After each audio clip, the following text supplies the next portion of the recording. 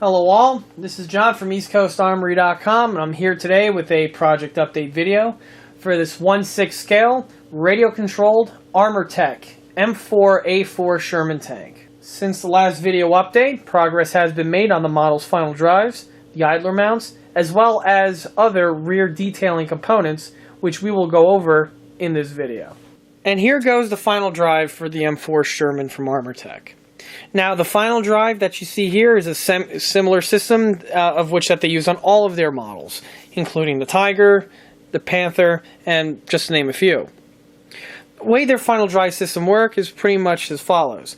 You have here the final drive casing, which in this case, it being an M4 Sherman, is this oval shape. On the inside, we see the milled machine cutout for the main final drive gear, as well as a smaller machined inlet here for the gear for the motor. In addition to that, we have some recesses in here on both the inside and the outside, and these recesses here are for the ball bearings that we have over here. Each final drive receives 2 ball bearings, and they secure into the final drive mount here. Also included is a small little rubber seal.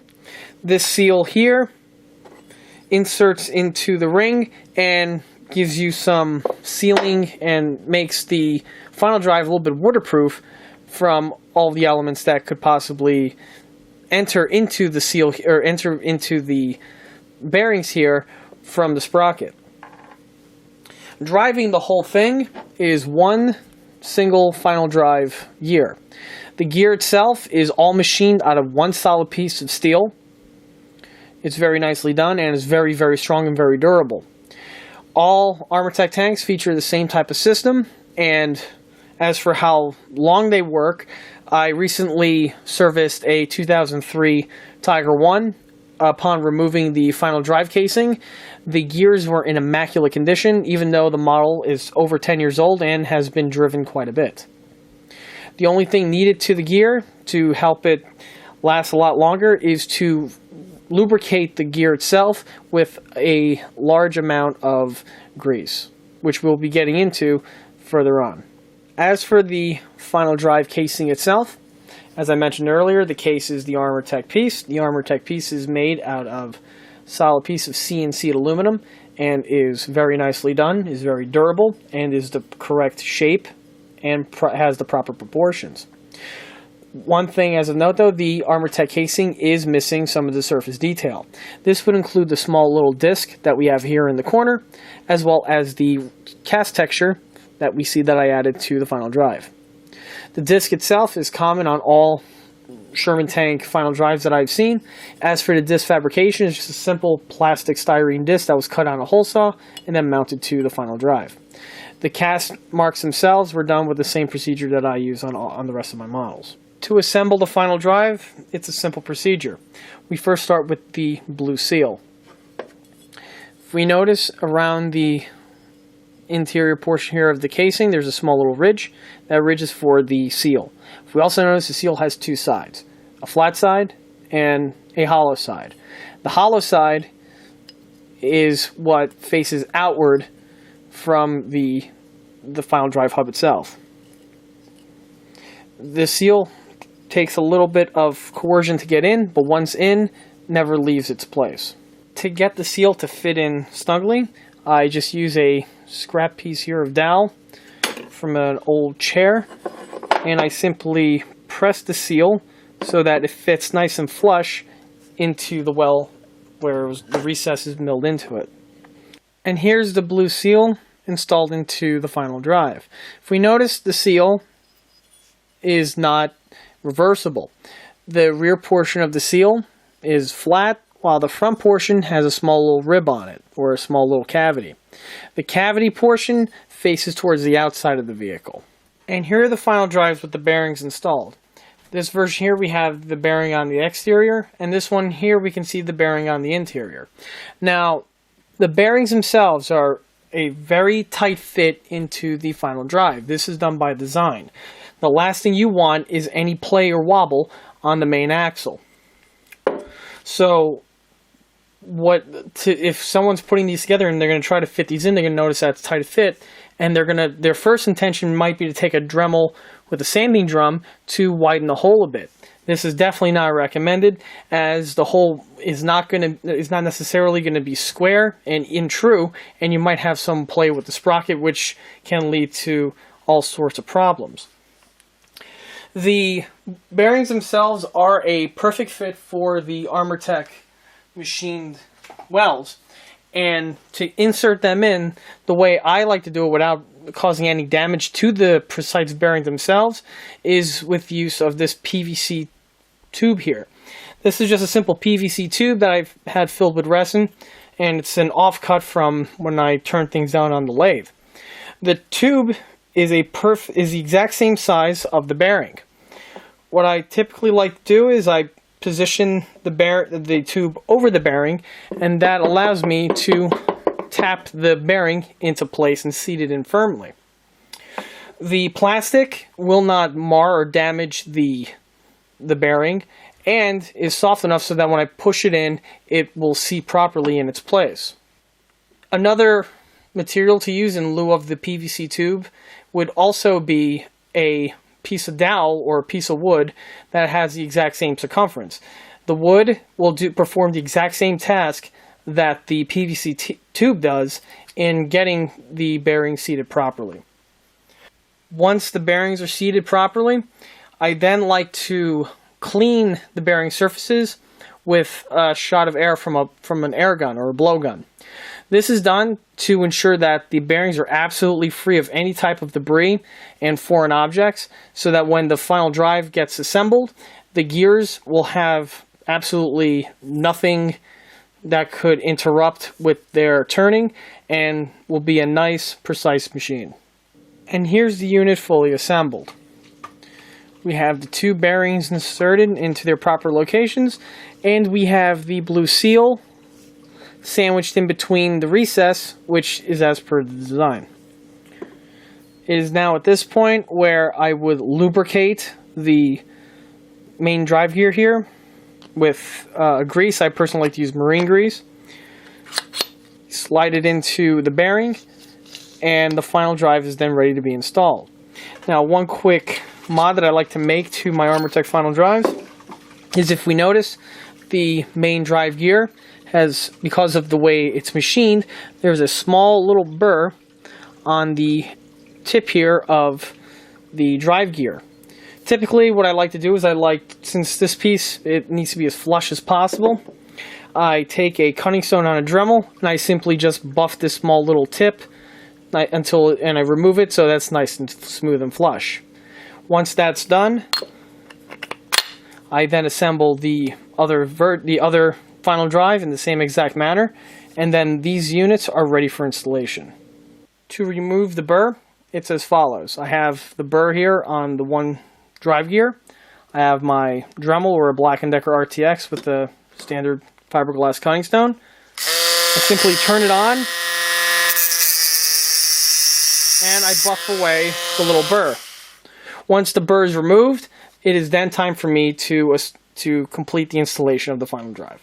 As for lubrication, I just use simple automotive grease like we have here. The grease is simply rubbed onto the gear, and if you notice, I like to use a decent amount to keep the model gears protected. Just simply I apply it with my finger, and I like to lubricate the gears as such. All of my Armortek builds have the exact same type of gear lubrication fitted to them.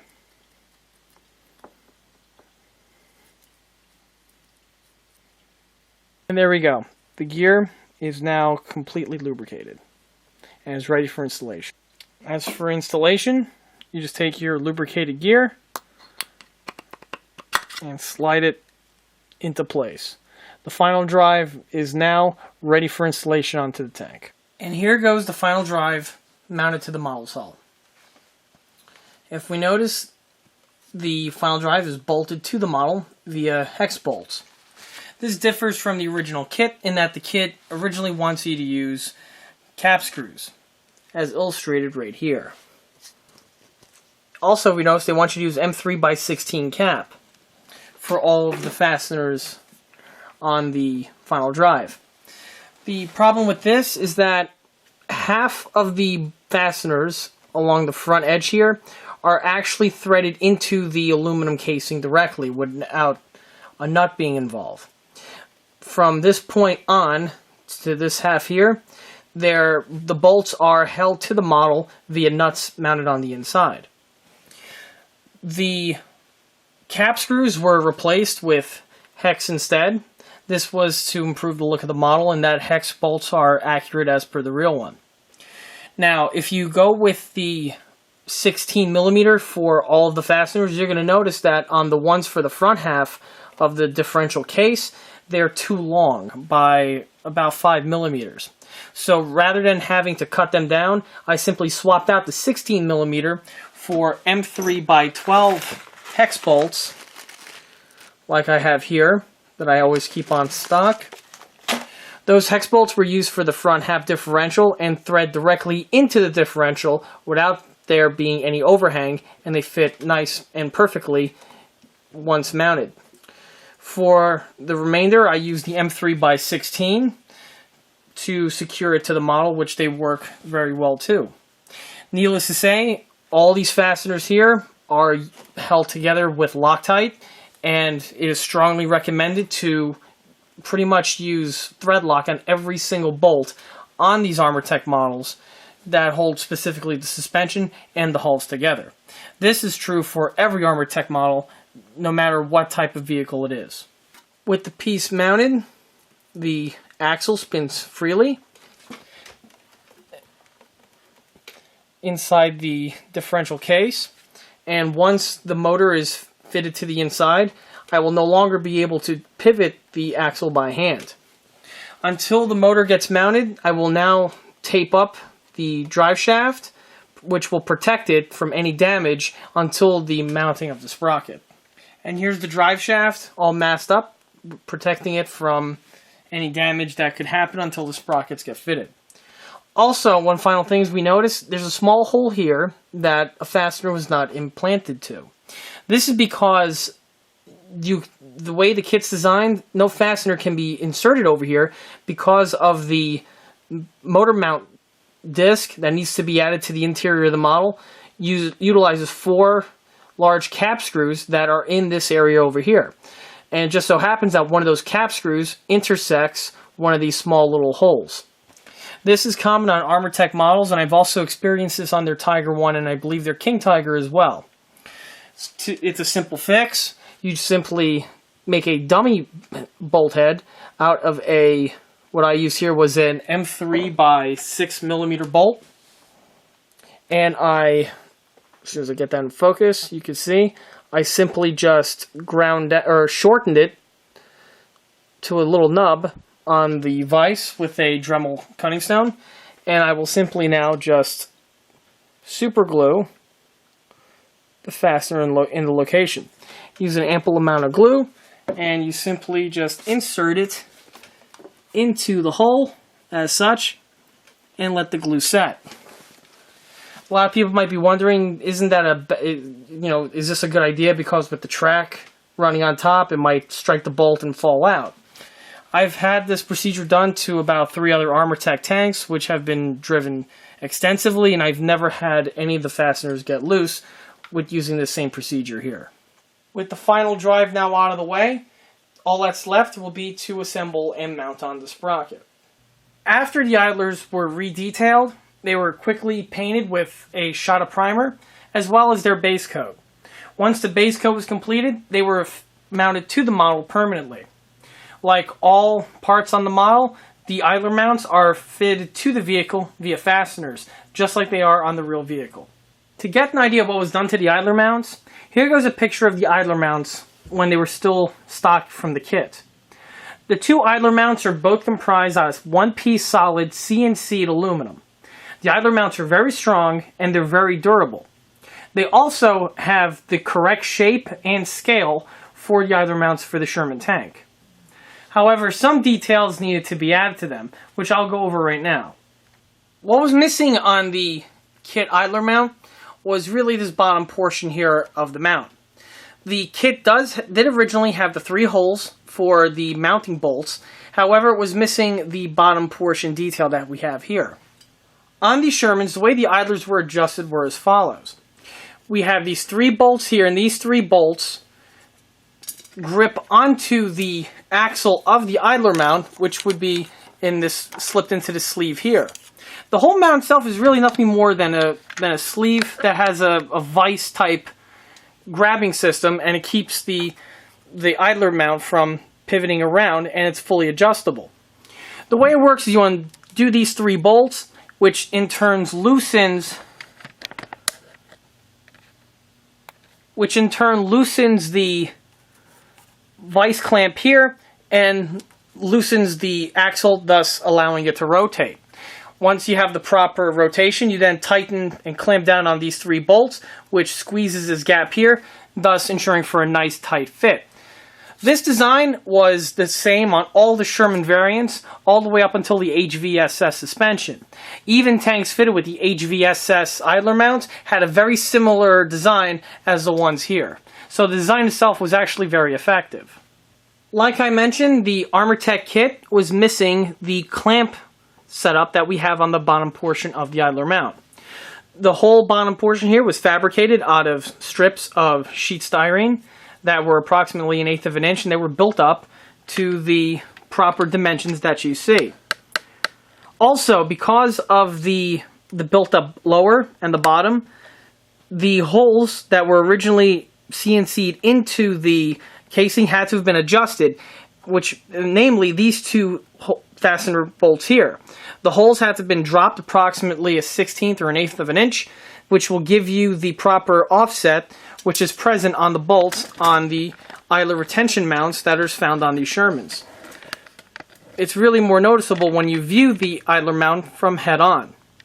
In addition to adding the vice sleeve, what was also added were the 2 stop points for the retention plate. Not shown in this image, but the idler mount has a little plate that gets fitted to the mount here. The whole point of this plate is to make sure that the rod or the axle for the idler slips in and then could be tightened. This piece here is adjustable and is what helps with the alignment and with the adjustment of the idler.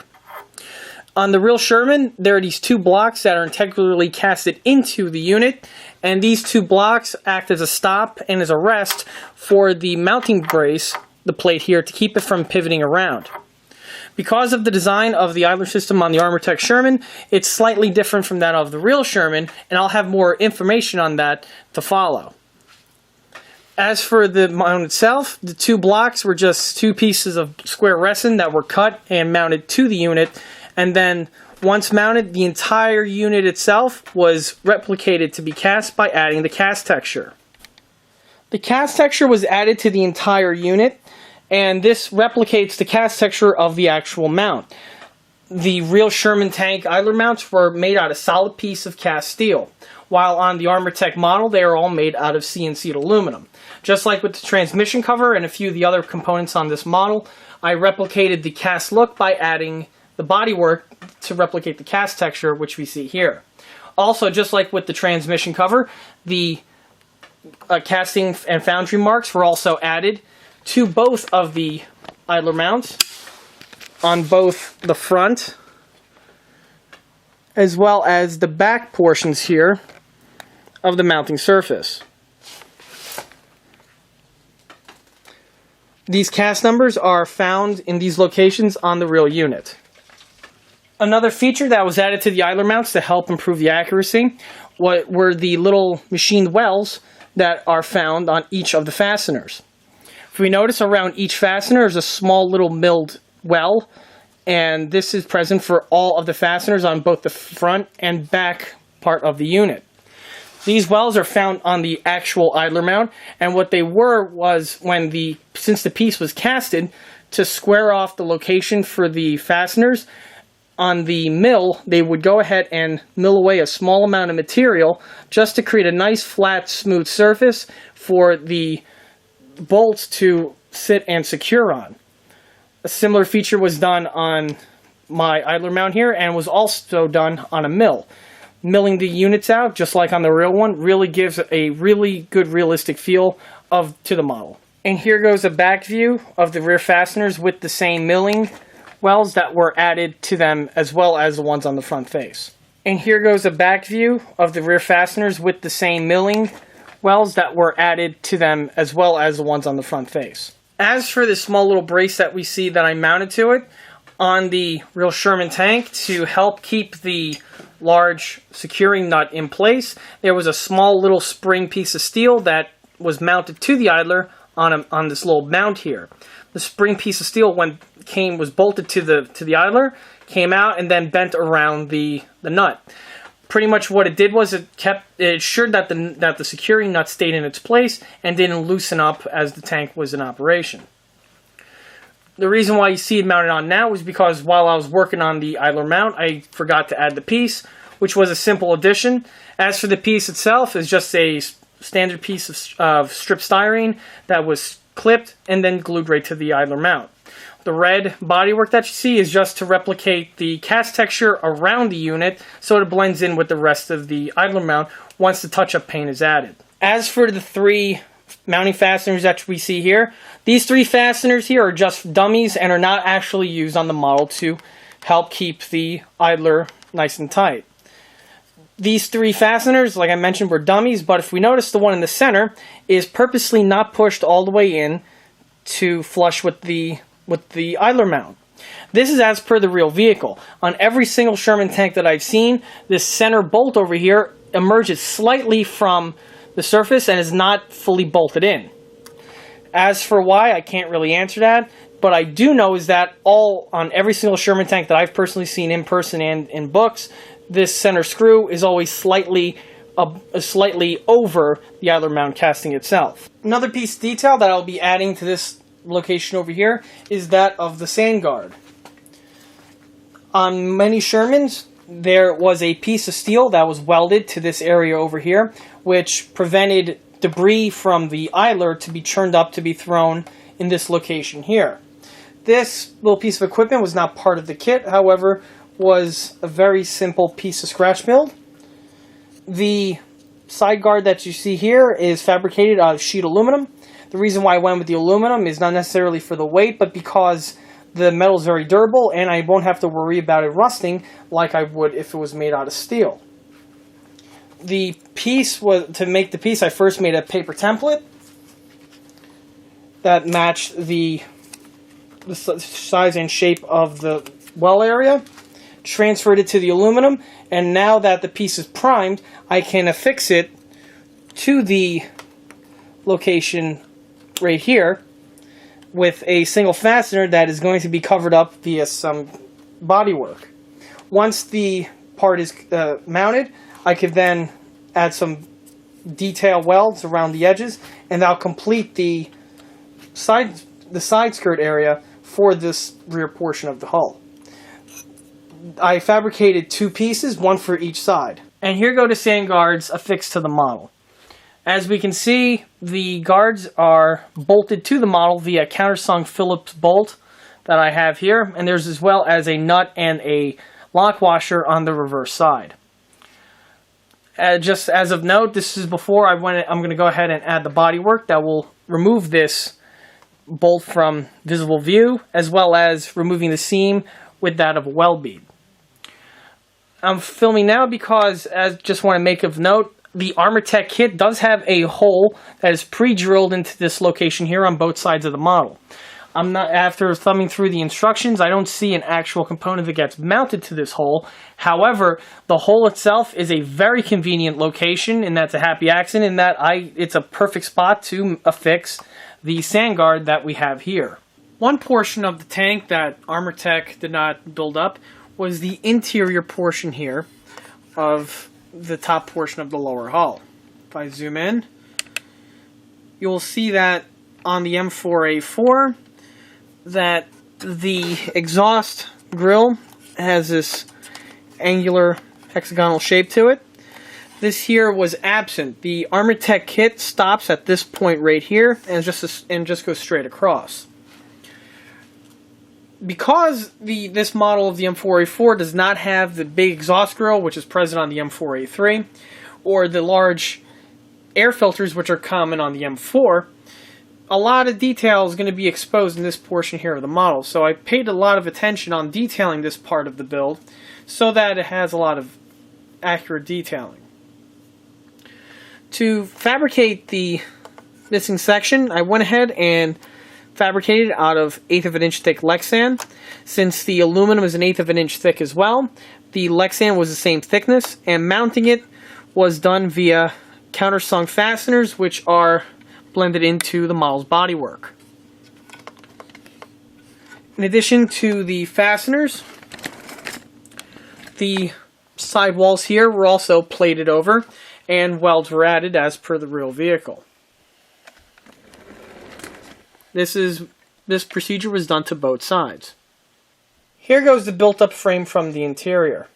Here you can see the complete shape of the exhaust grill, and also in addition to the grill, I have some varmint mesh cut out that is the exact same shape, and it will be placed over the hole likewise.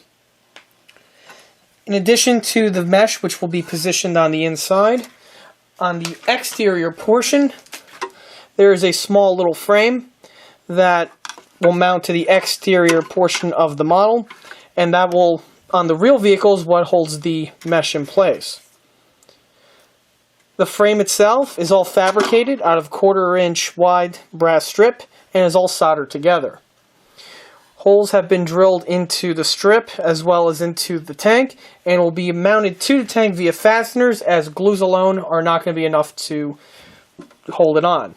The fasteners and their locations are found on the real vehicle. Also, as we notice, I left a small little gap between the new plastic wall extender and the rear wall itself. This is because of the way the model is assembled. When the rear deck goes on, it's a single plate that has a fold that will be bolted to the model. This fold actually slips into or over this strip of plastic here, thus sealing everything off. And here goes the mesh with this frame mounted. This is on the interior.